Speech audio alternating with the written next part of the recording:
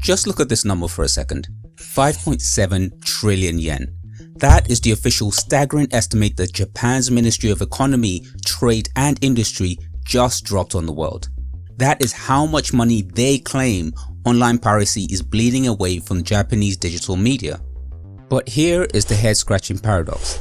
Anime, it has never been more profitable. The deeper question, the investigative question that we are answering today is, why has anime piracy successfully survived every single iteration of the legal market? Have to realize that this entire global empire wasn't started by high-tech hackers or internet syndicates. It was built by hand, by a group of fans in the 1970s using postage stamps and physical cassettes. The first stage of the machine was the tape culture. See, Japanese animators had actually been appearing on Western television for decades, but not usually as anime in the way we understand it now. The executives would take these shows and completely rename them. They would then dub them, heavily edit them, completely rework them. Defender of the universe, a mighty robot, loved by good. And then sold them as standard children's cartoons. Astro Boy, Speed Racer, Battle of the Planets, Voltron. Now these were the entry points, and sure, they were great, but they weren't exactly a clean window into Japanese culture. They were more like a generic brand version of your favorite cereal. But the real fan distribution story, that begins in the 1970s. In 1977, a group of fans helped create the Cartoon Fantasy Organization, often described as America's first official anime club. Fans would screen rare Japanese animation, physically record the shows, copy the cassettes, and share them with other enthusiasts. Now, to be clear, this was not piracy in the modern lazy click on a dodgy streaming site sense. It was a much slower, smaller, and more physical way of handling it. And when I say physical, I mean actual physical. No app, no search bar, no link. People worked with what we call a SASE, meaning a self-addressed stamped envelope. You would mail blank tapes to someone that you probably found through a fan site, club list, or convention contact, and then you waited. I read stories from people who would say, I mailed 3 blank Maxell tapes and returned postage to some guy in Ohio. I just had to hope that he didn't keep them. 3 months later, the package came back with Sailor Moon episodes on it. That was the invisible deal. Trust a stranger, you could potentially lose a few tapes, or suddenly get access to the show that your country had never bothered to sell to you. The theme was hope and prayer, but it was still unauthorized copying. And this is where we hit the first massive, deeply uncomfortable realization for the industry. Researchers who studied this exact era of fan distribution between the 1976 and 1993 argue something wild. They say that this copyright infringement actually helped create the massive global demand that later made licensed anime commercially viable in the West. Okay, what we're going to be showing here are the Dirty Pair Plant Salad style dubs. How many of you have seen it? Plant Salad dub. Well, name them and see who's seen what. Okay. In plain blunt English, the fans were building the entire market before the multi-billion-dollar companies even realized that there was actually a market to exploit. Anime piracy did not begin because people refused to pay. It began because people were desperately trying to access something that the market was completely failing to give them. At first, a lot of these tapes were completely raw. No subtitles, no dub, just a raw Japanese audio and a room full of fans trying to work out what the hell was going on from the context, the vibes, and the one guy in the corner who knew just enough Japanese to become a temporary priest for the evening. Then came the translation notes. See, before burning subtitles became normal, fans used printed scripts or paper booklets. You would watch the tape and you literally read along. Brother, which sounds pretty insane now. Today, people act like Western civilization is collapsing if Netflix forgets where they pause an episode for 12 seconds. I mean, seriously, pour some liquor for the true anime OG fans. I salute you guys. Back then, this kind of madness was standard fandom labor. If you wanted the culture badly enough, you accepted the total inconvenience as baseline entry fee. Eventually, fan subbing became the solution. Fans would translate the episodes, meticulously time the subtitles, burn those translation tracks directly onto physical copies of VHS tapes. Was that you had to acquire an expensive piece of hardware called a genlock in order to synchronize the video signals from the Japanese laserdisc with the anime on it and your subtitles before recording it out to a VHS tape. The equipment was incredibly expensive, the work was brutally slow, and the quality was often rough. It was not in the movie theaters, it was not in television, but here we had Will with Arctic Animation producing subtitling, bringing the stuff from Japan, subtitling it so that we could actually understand what they're talking about. But the result? It was powerful. Anime could now travel across borders with its meaning and soul fully attached. And that completely changed the game. Suddenly, a fan in America, Britain, Brazil could watch a piece of media that they had never been officially released in their country and actually understand it.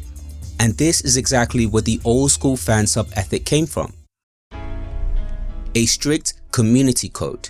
You do not charge beyond costs, you do not profit, and you stop distributing the exact second that a show gets officially licensed. Now, did everyone follow that moral code perfectly? Of course not. People are people. Give them a moral code or, a dual deck VCR and somebody is eventually just going to break ranks. But at the time, that code mattered. It mattered because it shows how these fans understood what they were doing and why. Many of them didn't think of themselves as digital pirates. They thought of themselves as evangelists. And honestly, there's really a lot of truth to that. Yes, they were copying shows illegally, but they were also single-handedly spreading a culture to corners of the globe where official legal markets had barely even bothered to show up. And that is why this history is so incredibly messy. If it's not Robin Hood with subtitles, but it's also not pure theft, some might call it fan culture that was growing within a total commercial vacuum. But as the 1980s bled into the 1990s, this quiet community of underground evangelists would hit a massive physical wall. Because sharing a tape with 10 people in your local university club is one thing, but what happens when the community scales up to thousands of people across entire continents and physical degradation of the magnetic tape start destroying the footage entirely? The system developed a completely rotten, glitchy mechanism just to survive the physical limits of the analog world. By the time we hit the 1980s and 1990s, Anime Club became the real underground distribution network. Tapes moved through conventions, university clubs, postal swaps, classified lists, fan newsletters, and personal contacts. A fan would get a copy, make 5 more, send them out into the world, and then some of those copies would then be copied again. And look, each generation just made the next copy much worse. The only option was to acquire these fan-subbed VHS tapes from a fan-sub group, or copy a tape from someone else who had a fan-subbed version. The issue was that every time a VHS tape is re-recorded, the quality degrades a little. By the time you got to the 5th iteration, the characters on screens looked like they were being viewed through a haunted toaster. And sometimes you had to fight the VCR itself. The tracking button was basically your life. Someone on Reddit said it best. I had a copy of Akira so worn down that I had to sit next to the VCR and keep tapping the tracking just to stop the picture rolling. One bad copy after another and the screen looked like it was melting. The struggle was real, people. But no one cared, because fuzzy, unreadable anime was still infinitely better than no anime at all. And look, if you were in the UK in the 1990s, the whole thing was even more ridiculous. You could stay up until stupid o'clock in the morning flipping through late night television channels, desperately hoping to catch an anime by complete accident. Half the time you landed on Babe Station.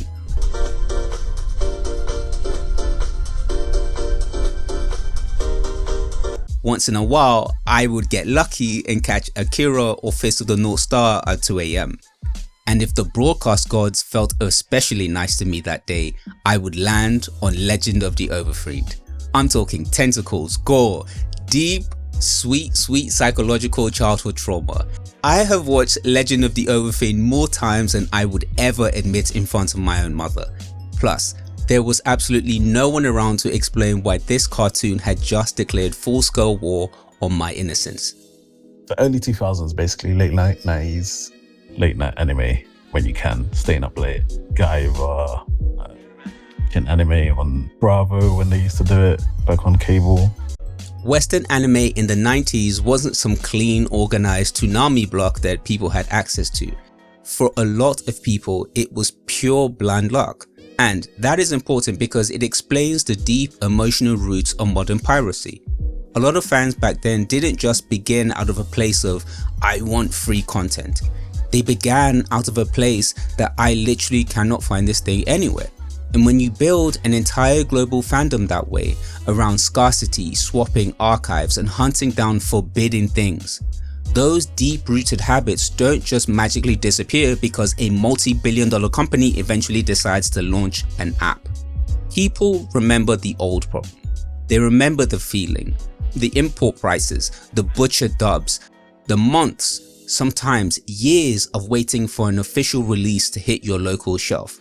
So when the legal market finally steps into the room and says, trust us, we've got it now, don't worry about it, older fans just look at them with a side eye and think, have you though? By the time we hit the late 90s to early 2000s, fan distribution shifted from physical magnetic tapes straight into digital files. See, the internet didn't just cleanly jump from VHS tapes to torrents and then straight to a slick browsing streaming site. It was a really chaotic migration. Files moved through Usenet, FTP servers, CDR burning circles, IRC chat channels, and automated XDCC download bots. Who remembers buying burnt Naruto CDs at their barbershop? I certainly do. I mean, I had a zip-up CD wallet full of anime, using a permanent marker to write the name of the anime on every disc. One disc would say Naruto 1 to 25, another one would say DBZ movies, and you just had to pray that this thing actually worked when you got home. These were also the golden times where you could actually buy bootleg anime DVDs from eBay. I vividly remember having to buy Naruto CDs off eBay, get the subbed versions. Then we had IRC, Internet Relay Chat for anyone who doesn't know. It was highly critical to the entire blueprint of the system. It was essentially old school text only chat rooms with file serving bots sitting like they were tiny digital warehouse managers. You joined a specific channel, you looked at the text-based pack list, manually typed out your request code for a file, and then you waited. Sometimes you waited a very long time. And IRC had its own ritual. You didn't just search like a normal person, you'd have to type the commands. MSG, bot name, XDCC, send #452. It's crazy. Then you sat in a queue, watched the number crawl down, and prayed that the bots didn't disconnect before it was your turn. Again, to anyone looking from the outside, it looked like absolute madness.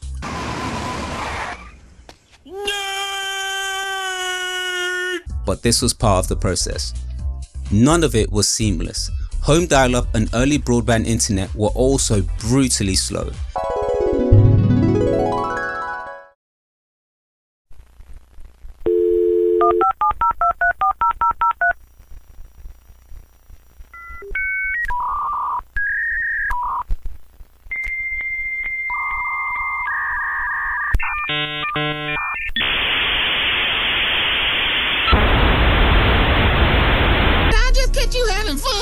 God help you if you were 6 hours into a 10-hour download of a 74 megabyte Dragon Ball Z movie, only for your mum or dad to call the house to see if you were okay, and then the internet got disconnected.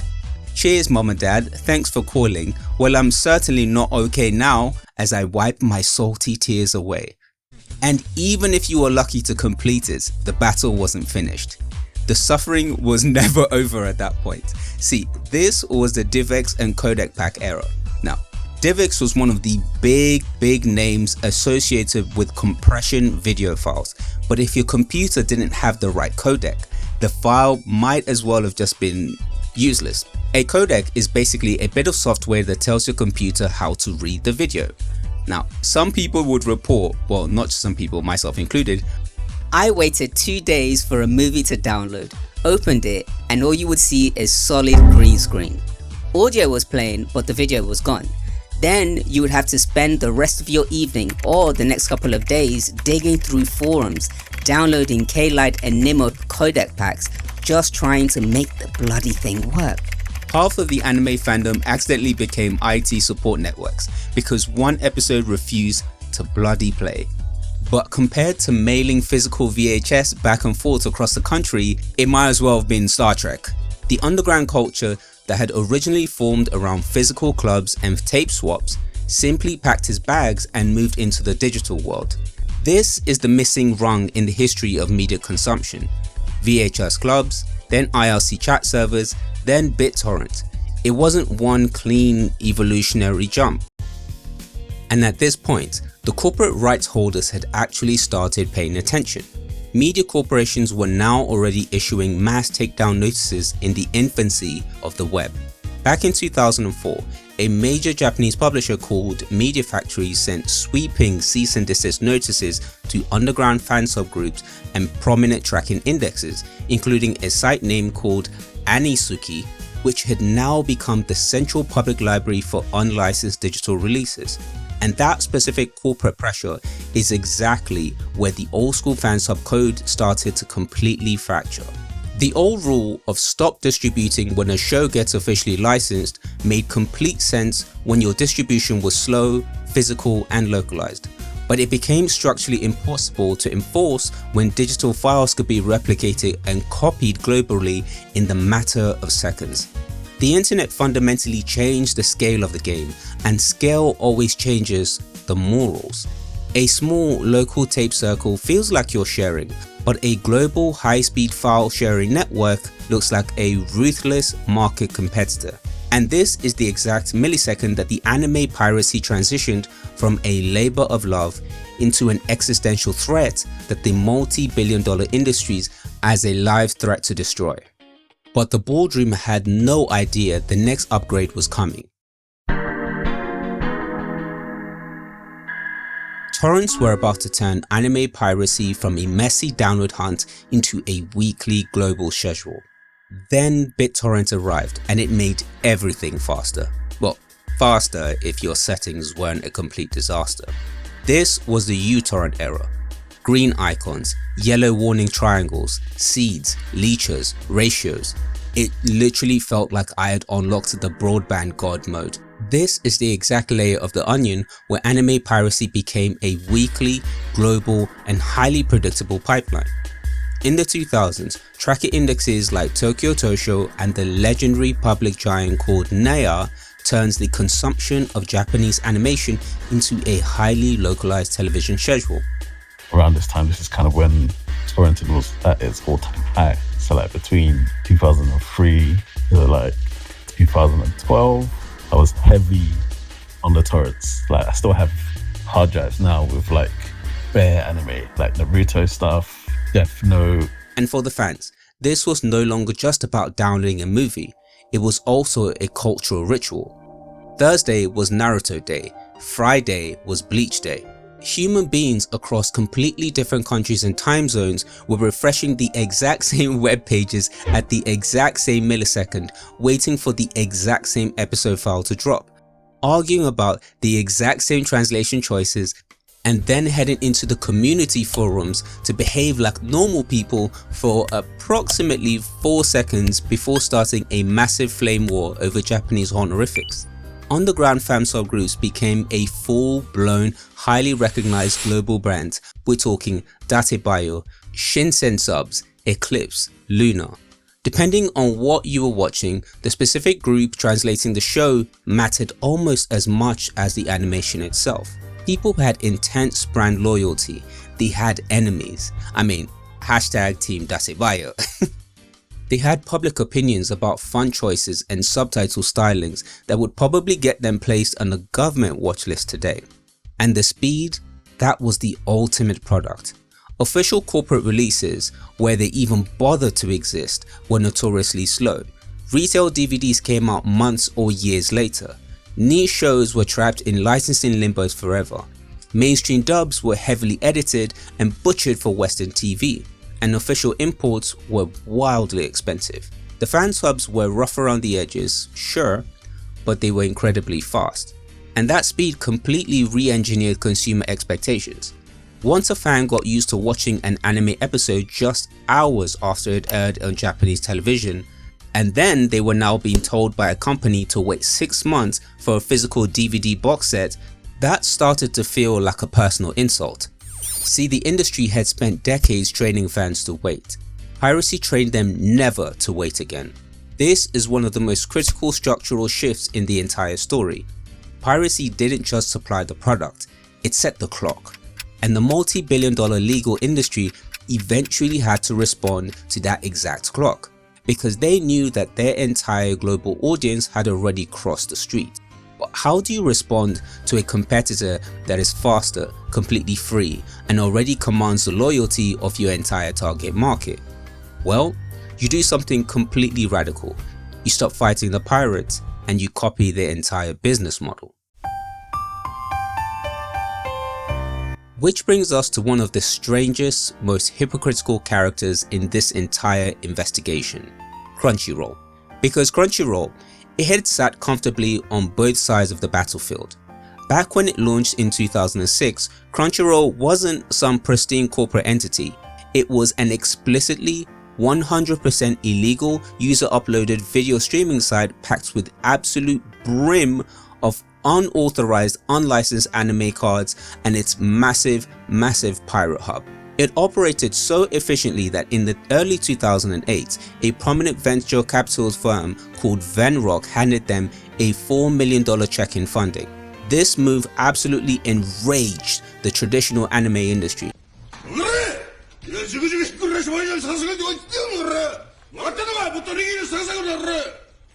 Because a mainstream American investment firm had just poured millions into a platform built entirely on structural copyright infringement.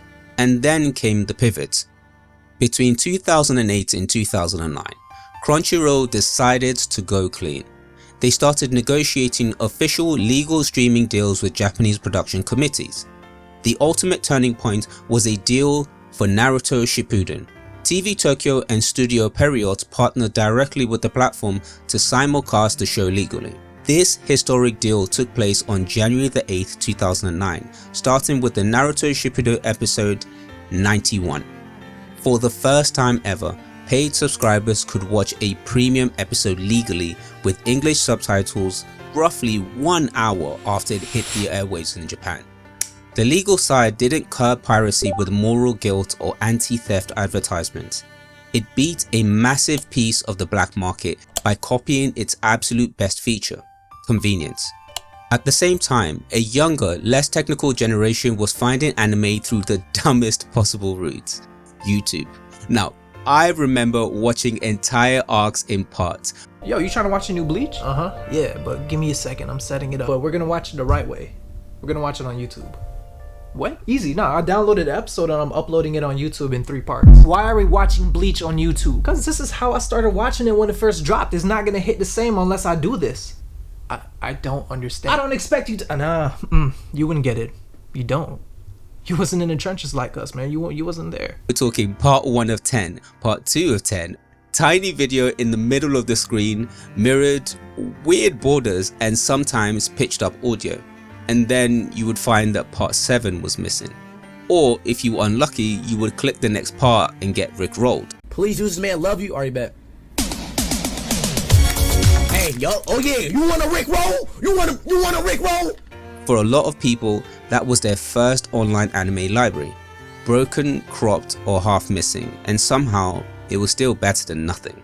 Overall, this is the boring answer corporate PR teams never want to put on their poster. Crunchyroll proved that a huge chunk of piracy demand could be converted when the legal version matched the things that the fans actually valued: speed. The corporate boardroom forgot this exact lesson. They won the first battle of convenience and speed, and then they grew greedy. They started consolidating the market, slicing up the libraries and building corporate walls, unwittingly creating the exact digital environment that would cause a new hyper-industrialized wave of piracy to explode. Before these piracy streaming websites became the smooth, flawless, one-click machines that you all see today, they relied on a massive hidden network of cyberlockers and video hosts. See, the site that you were actually visiting, they weren't hosting a single file. They didn't have the data, they were just embedding videos from somewhere else. Mega Upload, Rapid Share, FileServe, FileSonic, these services formed the invisible plumbing of the entire internet. And that world had its own waiting room. You would click the link, type the captcha, then stare at the timer. 45 seconds. Then you will get the free download button that finally unlocks. And if it failed at 99, you would start all over again. And yes, it was annoying and it felt like eternity. Anime was not the only content moving through those digital pipes, but the illegal streaming sites used that exact corporate infrastructure to print money. Then, January 2012 happened. The United States Department of Justice would step in, completely shut down Mega Upload, seize their domains, and charge the founders with high-level copyright offenses. The entire file-sharing world went into immediate blind panic. Media outlets reported that at the time, competing giants like FileSonic and FileServe disabled their public sharing features overnight out of pure terror. That single moment showed how incredibly fragile the entire cyberlocker model actually was. For anime streaming sites that completely dependent on those embedded links, it was an absolute tech blackout. Dead video players, missing episodes, broken links, and millions of users suddenly discovering that their free library was just a digital illusion held together by 3 mirrors and a prayer. So when the old cyberlocker model collapsed, the next winning platform did not need to create the demand. The demand was already there. It just had to make the hunt a lot easier, and by 2012, KissAnime did exactly that.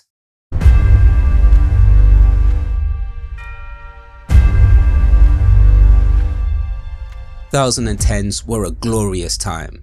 Supernatural, the TV show, was booming, and it was also the absolute golden age of pirate streaming. And the undisputed king of that landscape was a platform called KissAnime. Launched in 2012, KissAnime exploded to be one of the single largest anime piracy operations on the planet before it eventually collapsed under intense legal pressure. For millions of fans, this wasn't just some obscure back alley webpage, it was the front door. If you typed "watch Naruto online" or "watch One Piece episode" into Google, there it was, sitting at the top in its all beautiful glory of the search results. KissAnime mattered profoundly because it completely changed the user. Search, click, play. Well, actually, search, click, fight the website, then play. I mean, you didn't just press play. First you would click, then there was a pop-up, then there was a second click, another tab, third click. Now the episode actually starts. Sometimes you also got that hot singles in your area pop up. KissAnime was dodgy as hell sometimes, and it still felt easier than the illegal route. That was the seismic shift. Anime piracy stopped being a niche hobby for technically literate internet users and became a completely normalized viewing behavior for kids, students, broke fans, region-locked communities, and casual viewers who simply followed the path of least resistance. For a massive chunk of the global population across Brazil, India, the Philippines, Latin America, and parts of Europe, KissAnime was their very first anime catalog. Not because it was legal, and certainly not because it was safe, but because it was there and it was available. KissAnime proved that piracy had learned everything from legal platforms. It wasn't just a list of files anymore, it had browsing, it had search, categories, watch lists.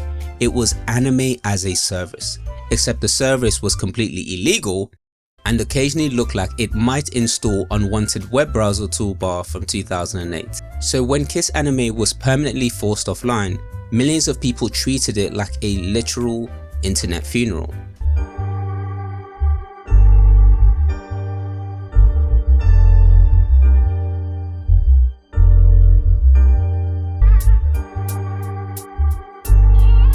Forums filled with thousands of mourning posts. Twitter erupted with insider jokes. People who had grown up using the site talked about it like its demise was like a death of a childhood friend. For a lot of users, the memory is simple. You load the site and it was just gone. No episode, no homepage. I mean, some people said, "I thought my internet was broken at first." But if the industry thought that the death of KissAnime was a final victory, they had absolutely no idea what was brewing in the shadows.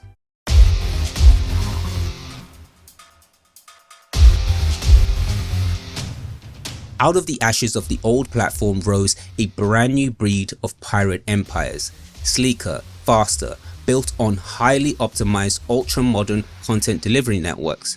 The king of this high-tech era was a site called Aniwave, formerly known to millions of people as 9anime. Aniwave wasn't just some dodgy amateur webpage, it was a new digital superpower pulling in billions of global views and operating with the corporate efficiency of a Silicon Valley startup until the summer of 2024. In a massive coordinated multinational legal strike that sent shockwaves through the entire internet infrastructure, a coalition of Hollywood studios, Netflix and Japan's Coda completely pulled the plug. Overnight, Aniwave, Anisearch, and a dozen sister streaming hubs vanished from the web. It was the single largest anime piracy purge in the history of anime. The operators didn't even fight back. They just left a single haunting message on the blank white screen, thanking the fans and telling them to use the legal streams. Shortly after, secondary platforms like Anime Kai experienced severe catastrophic server and hosting outages, leading directly to their absolute demise. Once again, the industry celebrated its total definitive victory, but the traffic again didn't just vanish. A lot of it moved into the next monster, HiAnime. HiAnime came from the same messy bloodline as Zoro and Aniwatch, and after Aniwave went down, it became one of the biggest anime piracy sites on the planet. At what point, HiAnime reportedly pulled in 364 million visits in a single month. Not yearly, monthly. And the usual suspects were already circling. The MPA had linked HiAnime back to Zoro and Aniwatch's bloodline. They suspected that the trail pointed towards Vietnam. The hosting location was hidden behind Cloudwave and Ace had already been chasing, and then the US government officially put it on the notorious piracy markets list.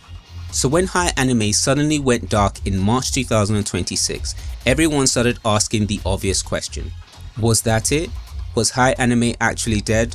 Or was it just another rebrand, another domain shuffle, another paint job on the same getaway car? Because the goodbye message looked final. No anime pirate king dragging to court, just a simple message across its domain, thanking users for the journey. Again, some anime fans treated it like a funeral. Today, our worst fears have been confirmed. HiAnime has officially shut down. Now, this shouldn't come as a total surprise because they have been quiet for nearly 80 days. But it is now official. All contact with the team has been lost and its major accounts and networks have disappeared. Others immediately started hunting the next mirror, the next clone, the next official replacement that probably wasn't official at all. And that is the point. Different name, same behavior. The audience moves, the map changes, the hunt continues. By the late 2010s to 2020s, legal anime streaming had genuinely improved. Crunchyroll, Funimation, Netflix, Hulu, HiDive, Amazon, Disney, they did help make anime more available than it had ever been. Simulcast became normal. Major shows often reach international viewers quickly. Watching anime became legally possible in a way that simply had not been for earlier generations. Anime was now incredibly accessible, and as someone who went through a period of watching up to 6 series a week, yes I know that's madness, I genuinely now couldn't keep up with the sheer volume of new anime. New generations of anime viewers would then come into the fold. Anime was no longer a niche hobby, it was now a mass market item. But that's the point. Anime had become big enough for casual fans to flood in. And once anime became mainstream, the legal market started behaving like every other mainstream streamer market. Crowded, fragmented, and also very irritating. Sony would then complete its acquisition of Crunchyroll from AT&T in 2021 through Funimation Global Group for $1.175 billion in cash, bringing 2 major anime streaming brands under the same corporate roof. That helped consolidate some of the market, but consolidation did not magically make the shows available everywhere. Instead, it kicked off a massive monopoly arms race. Sony wanted to own everything anime related, but then they forgot the one thing: they can't conquer the laws of international copyright. Rights are still territorial, windows still vary, and other platforms still hold exclusives, so fans got a strange result. Anime was now more legal than ever, but the legal experience still felt incomplete. The old fansub argument was, we're translating what nobody gives us. The modern piracy argument became, we are collecting what legal services deliberately scattered. And that is a completely different moral claim.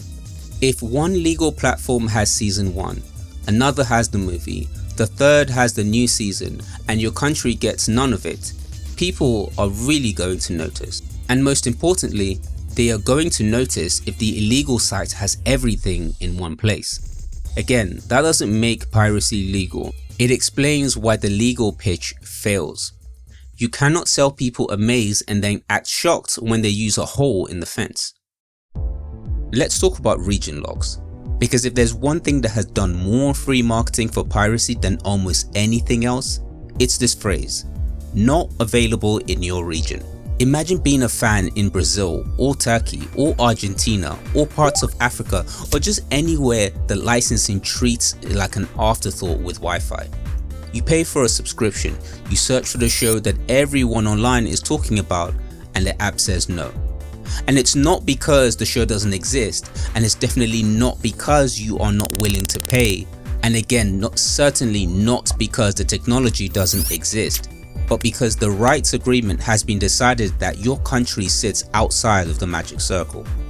From the industry's point of view, this makes total business sense.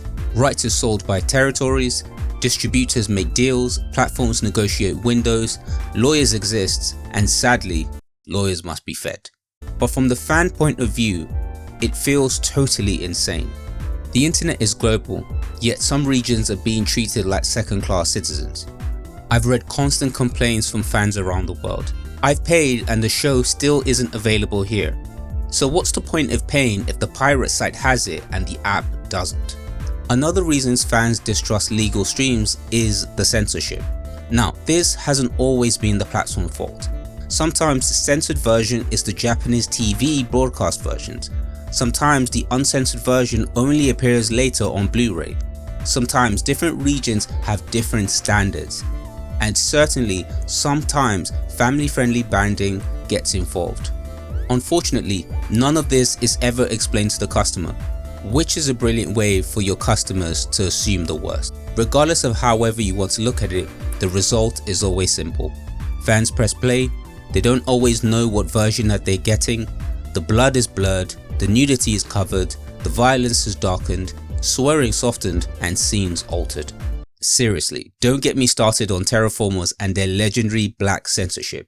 Whoever handled that must have been really in a hurry to get home or to a local bar for a drink. I mean, it put me off that show for half a decade until I got my hands on the Blu-ray versions. So you end up sitting there wondering if you're being gaslit into believing that half an orange is actually a full orange. It feels like a diabolical real-life genjutsu somehow, except this one just wants your wallet. For many older fans, this paranoia triggers massive generational trauma. We still remember the dark ages of the 4Kids dubs, an era where One Piece had marines holding ridiculous water guns and Sanji's cigarette was edited into a permanent lollipop, an era where nobody could actually die. Instead, characters were constantly getting sent to the Shadow Realm or blasted into the next dimension. Maybe you won't be such a disappointment in the next dimension. Stop me, or you'll find yourselves in a new dimension. They even took Sailor Moon and clumsily rewrote Uranus and Neptune as cousins just to erase their romantic relationship. Who knows, maybe we weren't ready for that cousin conversation as kids. Regardless, that history has damaged trust. Fans learned that the official version was not always the complete version. Again, the legal answer might be complicated, broadcast standards, ratings, licensing, masters, whatever, but the emotional result is not complicated. People feel cheated when they pay for a version that they believe is complete and ultimately turns out to be incomplete. Pirates are winning because they took the legal files, stripped away the friction, and placed them inside a service that often feels easier to use. So what do big companies do? They hit you with the guilt trip. Piracy hurts creators. 100年後も漫画やアニメは僕らを救ってくれるだろうか。 And look, on paper, we could say that some of it makes sense. Less money hurts, but to the modern fan, it feels totally hollow. Why? Because the anime industry is making record profits. And yet, the average 24-year-old animator in Tokyo is sleeping under their desk, working 18-hour days drawing these massive global fight scenes for literal crumbs. The cash flows through production committees, licensing corporations, and massive streaming monopolies before it ever hits the artists. Piracy drains money, sure, but a legal subscription somehow doesn't guarantee that the artist gets a decent life either. And that begs the question, if we can support the artists, why is it that the artists are the last people to get paid? So when the guilt trip fails, the corporations turn to brute force, and they are throwing serious money at it. Look at this map. Right here, the international police launched a massive sweep called Operation Animes. They didn't just send scary emails, I promise you. They coordinated across borders, froze bank accounts, and wiped out over 50 massive streaming hubs in one go. In Japan, they changed the law. Hard jail time for downloading and total bans on leaked sites. They are treating piracy like an illegal drug cartel, and not just a bunch of teenagers sharing files. And look, sometimes it actually works. The data shows that when a massive file sharing site gets completely obliterated, revenues being made by these legal streaming platforms temporarily increase. Despite the arrests, despite the site blocks, pirate demand is still rising alongside the legal market. Every single time a new show trends globally and drives record-leading sales, pirate traffic doesn't drop, it continues to explode. They're fighting essentially a ghost marketplace, a phantom economy, where billions of unauthorized views drive massive global hype, while the corporations see 0% of that cash itself. Because at the end of the day, convenience beats scolding every single time. So what's the actual takeaway here? If you look at the courtroom dramas and the website takedowns, the reality is remarkably simple. Anime piracy is not dying, it's just changing outfits. The industry has every legal right to fight piracy, but when it uses underpaid creators as a face of that fight, while its own platforms get worse, more expensive, and more fragmented, the moral pitch starts to rot. We are living through the absolute age of media and shitification. These platforms race to secure a near total monopoly, and the second they accomplished that, they turned on their own customers. They hiked the subscription prices, they killed the free tiers, they casually deleted digital libraries that users thought they owned. And their new ultimate shortcut? They are now actively firing human translators and replacing them with broken automated AI subtitles that butcher the nuance of the story, all while demanding that you pay more for a degraded product. The legal industry has spent 2 decades asking the exact same defensive question: how do we stop piracy? This is a fraudulent question in my opinion. The real question they refuse to look in the eye is this: why does the illegal black market still feel like a flat out better product than the monopoly that people are actively trying to pay for? If you put a lock on a door, someone is going to try and pick it. But the real crisis happens when the corporate version is fragmented, a broken maze, while the pirate version gives you a flawless user experience. You cannot sue your way into a good product, just ask Nintendo. You cannot lecture a global audience into accepting higher prices for a much worse service. Just wanting to connect with a culture that they love, they don't care about territorial licenses, windows, or corporate boardroom politics. They're just looking for the one thing that works, and they reward that door that opens, whether it's legal or pirate.